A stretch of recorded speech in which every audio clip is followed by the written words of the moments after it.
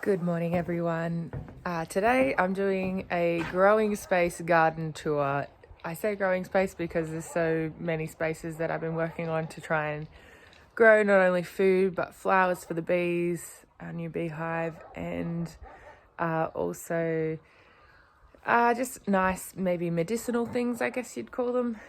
So straight outside our back door, I've just got Dom to put up some simple mesh to try and continue to grow our passion fruit vine. Our passion fruit really wants to grow up there, so I've trained this little bad boy to go all the way up onto the roof, and that should supply us. That should give us a little bit more shade that we can put a lounge under and just have some dappled shade in the hotter months, and also produce us some passion fruits. This is sort of out the front of our house looking over the larger pastures. This is where the bees live, our beehive, our flow hive. When we moved here 6 years ago, these lily pillies were already here. Lily pillies are a native Australian plant that grow a little berry that you can eat. It sort of tastes like a sour apple. And in the past, I've made little jube lollies out of them by cooking them in sugar syrup and dusting them in sugar and citric acid. And what else have I made? I've made jam for scones and things like that. And you can also make even wine and things like that, syrups out of them. So that's a really good plant that I can't overlook. And again, this mulberry tree was already here. That sort of produces on and off. And then the citrus orchard. So we have, there's just a random plum tree there that sometimes gives us plums, but these ones I've replaced with newer plants. So it's not too much pressure to keep producing, and perhaps maybe we'll take them out. But I sort of like how this one looks like a bit of a whomping willow, if you like. Grapefruit, which has beautiful grapefruits on it. We're in the autumn here, so the fruit is starting to produce. And then there's a lemon tree which gives us enormous lemons that have equal parts pith and juice. They grow enormous, really big lemons, so I'm definitely going to keep that one. And an orange tree, this generally doesn't do too good. It's kind of small, but I leave it here because it does produce oranges, and they're quite nice eating. And then our little lime tree that has limes on it, I've already picked some off. There's some quite large ones in there I've already picked off. And there's a pomegranate as well that I got given as a present. I'm just protecting it from the geese because the geese are in the house paddock at the moment. So out the front of the house, we've started to prepare beds along the front here and down the side of this path, because we are going to plant some more plants, and down the side of the spa there.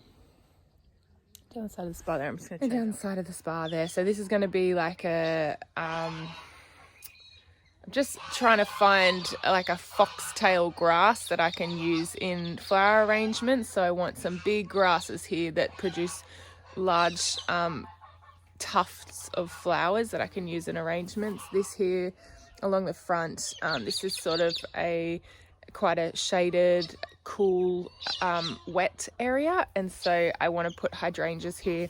I have a few hydrangeas on the other side here that do quite well in this position, so hydrangeas need a lot of water. I'm just going to hide from my kids so I can keep going on this tour.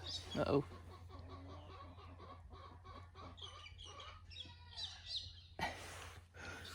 Hopefully no, he's not. There's 3 types of hydrangeas here. Last time I've got like a half pink, half white. And there's also a spidered variety that doesn't produce a whole head. He's upset. Yeah, Wally, I'm right here. Come here, honey. So yeah, hydrangeas are a really beautiful cut flower, and I like them. This tuft here and that tuft there on the sides of the steps, which look a little bit like grass, is actually lemongrass. So I can use the leaves in tea, and I can use the stalks in cooking. Little violet flower and strawberries in there. But I do plan to move those strawberries because it's a little bit too shaded, I think, for them. That is rhubarb. 2 plants of rhubarb. We don't eat a lot of rhubarb, but I like to just have some if I'm going to make an apple crumble or something. I just want to put a little bit of rhubarb in. You can see that is a bay leaf. It's enormous. It was here when we moved here, and I have used that a lot in cooking. This vine here is actually sweet potato. My sweet potato efforts of last year got attacked by a wombat and completely annihilated, so I put it into this more sheltered garden and it's taken over. So I hope maybe one day we'll be able to harvest sweet potatoes out of this garden, but this garden bed is not great soil, so I'm not holding my breath. These spiky looking tufts right here, you can almost see them. They're asparagus. They're only young asparagus, so I've left them to mature up a little bit before I start picking asparagus. There's one there I can actually eat. I got call the whole house my front my house. Should probably change that. Yeah, more lemongrass there, nice big tuft. In this garden here, I'm trying to let this lamb's ear just take over. That's that ashy blue colour you can see. I'm just trying to let the lamb's ear take over because last year I sold the flowers and that was great. So I've just given all this space to the lamb's ear, but there is parsley, thyme, rosemary in there. Just some ground covers. I wanted to give the focus of this garden to this beautiful elkhorn. Okay, this is the potato onion bed. This is the bed that I said was a bit more of like a patchwork bed. So potatoes where I live don't go on sale until May to June. So the potatoes that I have, because I think I can grow potatoes year round, definitely, I have grown potatoes year round. I need a bit more of a supply of seed potatoes. So that is something I will be looking into next year, is getting more potatoes than what I need. So when they start to sprout, I can plant them straight away. So the potatoes I have here are the ones that we didn't eat and that have sprouted. So this is all potatoes in the front.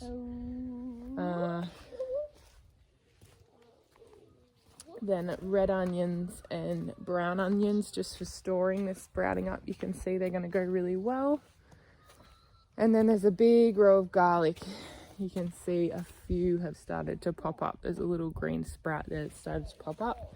And then leeks that I've done a bit more heavily. The back section there, I'm just waiting for more seed potatoes, and then I'll plant that out because we go through a lot of potatoes and they store really well, so I don't think you can have too many potatoes. This here is a volunteer, and it's actually a rock melon. I've never grown rock melon. This is the first. Well, not on purpose anyway. I didn't actually plant this, so it's the first volunteer that is in the right spot, let's just say that. But there's actually 4 rock melons on that vine, so that's pretty exciting. They're popping up everywhere. I've had them in 2 different gardens now, rock melon vines, so that's exciting. It'd be interesting to see if I get the rock melons before the cold temperatures knock that out.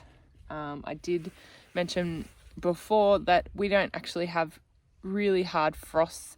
We've got really mild weather, so hopefully we will get some rock melons and then more potatoes in the back here that have just popped up in the right spot. I don't know. So I'll probably come back and mulch them. And there's some more rock melon vines at the back here that I'm definitely going to mulch and try and get some rock melons out of. It looks like they're sort of emergency producing because there's like 4 rock melons there and 1 big one. The plant's probably not big enough to support that, but there are actually a lot of rock melons in there, so let's just see how that goes. I don't know what this big squash plant is that's rambling everywhere. I'm just not sure. I'll have to wait till it produces fruit because, again, I didn't plant it, but this back section's not finished. I will clean that out and put more potatoes in. You right, Wally? What are you doing? And we will... You don't want to wear it anymore? No. Okay, come on. We need to still do some... do a few jobs on the glass house before spring summer this year, so that will definitely be a winter project because all my plants stunted last year. I still got a fair few out of there, but a lot of them stunted because of the cold temperatures. This here is a new addition, this tree here, I should just mention that. It's a deciduous magnolia, which I'm super excited about because they're one of my favorite trees. Hopefully that will go really well there because it loses all its leaves in the autumn time and then produces flowers on a tree with no leaves. If you don't know what a deciduous magnolia is, it's beautiful. Hopefully that goes well. All right, this garden here is mainly dahlias and parsnips. I've got a few snow peas at the back there starting to come up, and a few leftover squash plants that have fruit on them, so I'm leaving them just to see what I can get. This is a kakutsa squash. You can see there is a nice big fruit producing. It's actually two, that's great. And this is just a regular green zucchini, and there's also a yellow zucchini. Cold with my head, Mum. You cold with your head? Yeah. You want me to put this over you? Whee! There you go. So there's actually a few kakutsas in there. I really like kakutsa. That's our first year growing that, and it tastes like a cucumber raw, or if you cook it, it tastes a bit like a choco or similar to a zucchini, but you got to get them quite young because the skin goes really thick, and then I feed them to the pigs.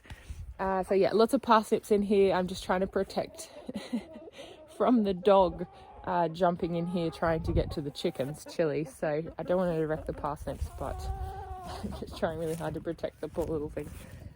This garden bed won't be ready till spring, summer. That's the green tunnel, and this big garden bed here, I've just got the girls, the chickens, and some of the boys in there as well to try and get back all that grass.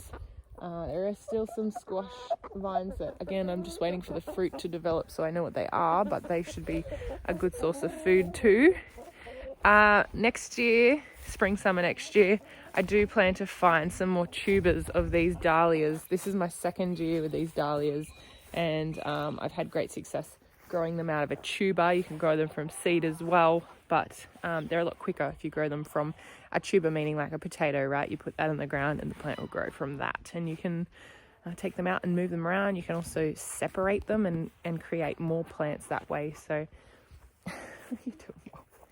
definitely like the dahlias. I don't think they do so well as a cut flower, but I do just like having them for the bees. And oh, careful, you're right.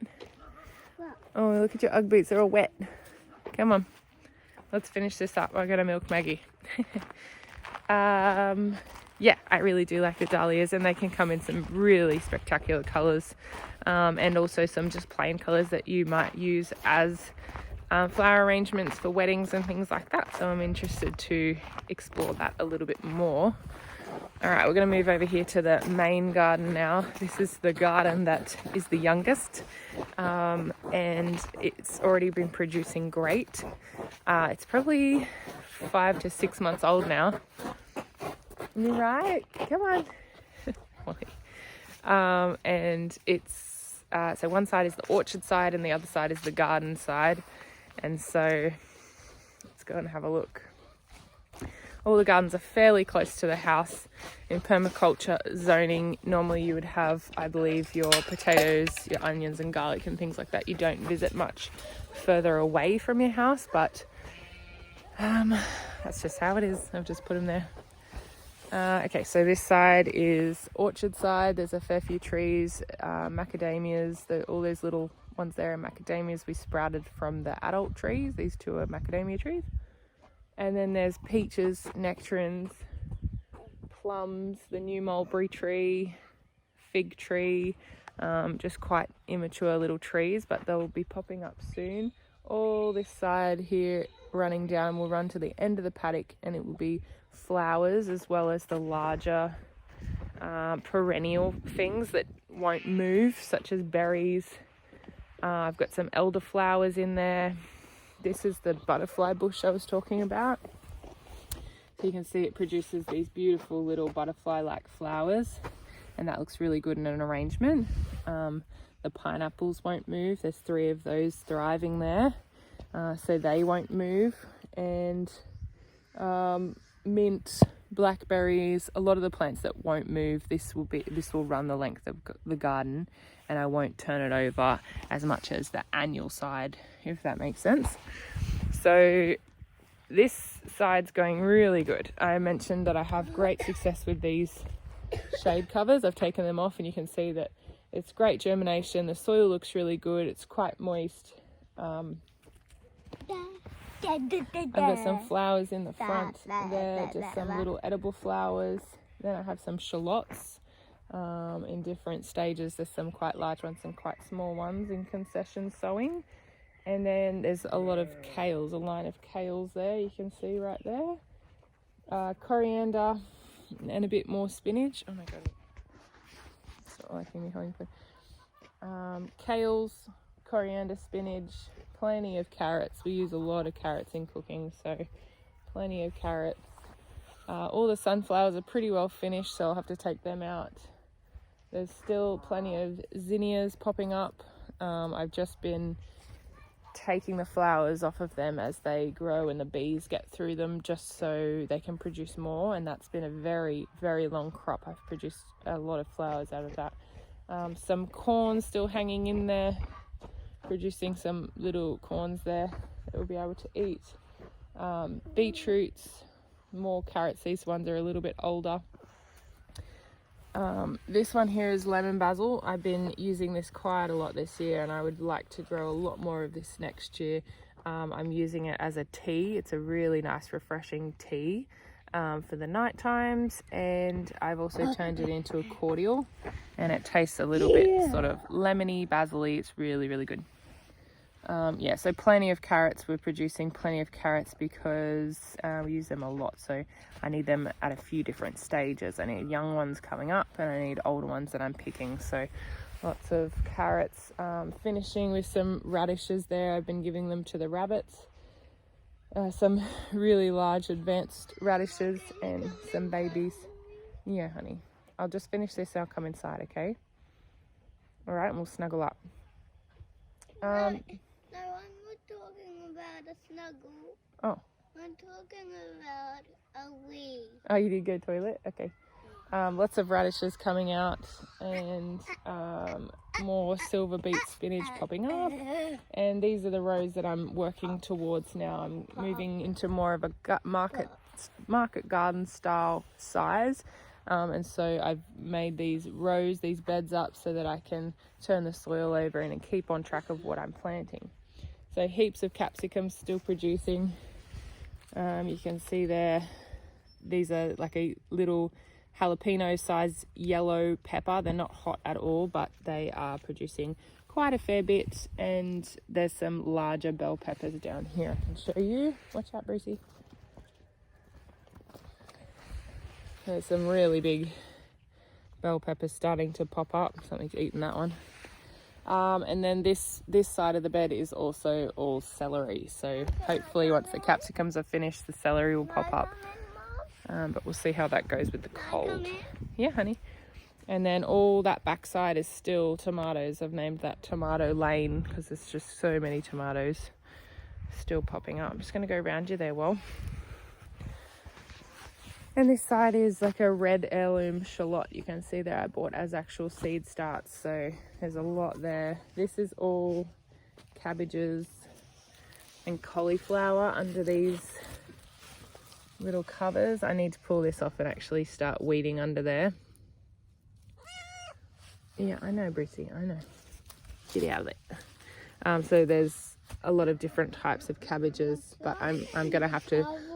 Yeah, I know. I'm going to have to pull all the covers off and get under there and weed because it's looking pretty weedy under there. Again, there's some more little baby squash plants just hanging in there with some fruit on, so I've left them in there.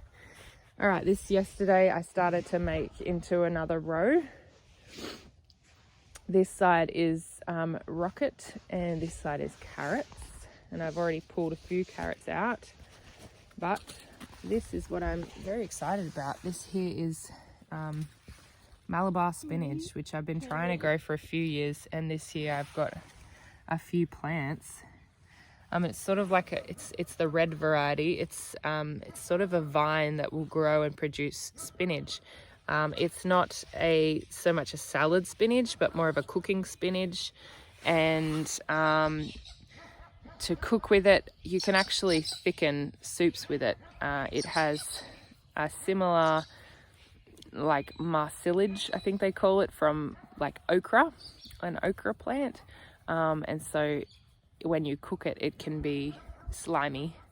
So there's that, but it is quite nice to cook with and put through soups. I've got a little bit of that red oak.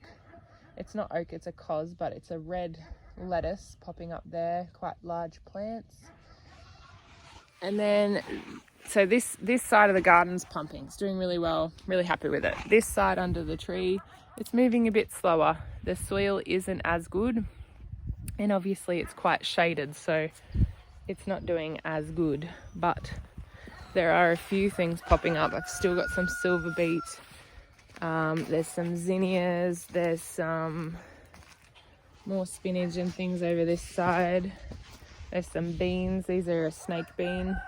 You can see right here it's producing snake beans.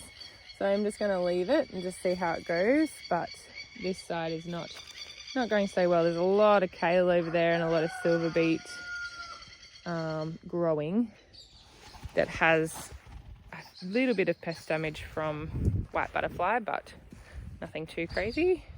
And then again, I don't think there's enough nutritious soil here because the plants just haven't grown as big as what they should have by now.